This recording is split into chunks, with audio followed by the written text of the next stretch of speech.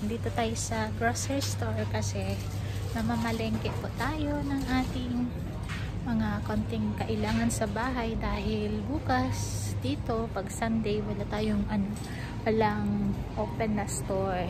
So Saturday is grocery day. Kailangan natin mamili. And anong nabili ko? Ito lang naman. Saging. Tapos ito, yogurt. Ito ba?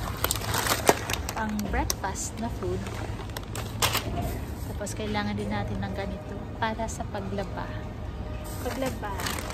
Tapos ito para sa anak ko. Ayan.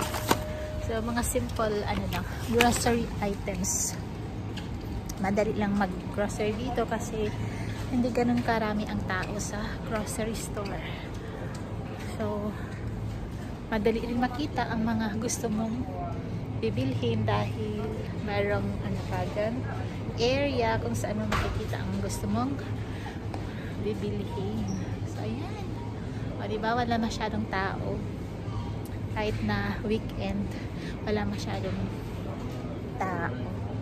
Stay home sila dahil maulan sa labas. So mula dito, ingat pang lahat. Bye-bye po.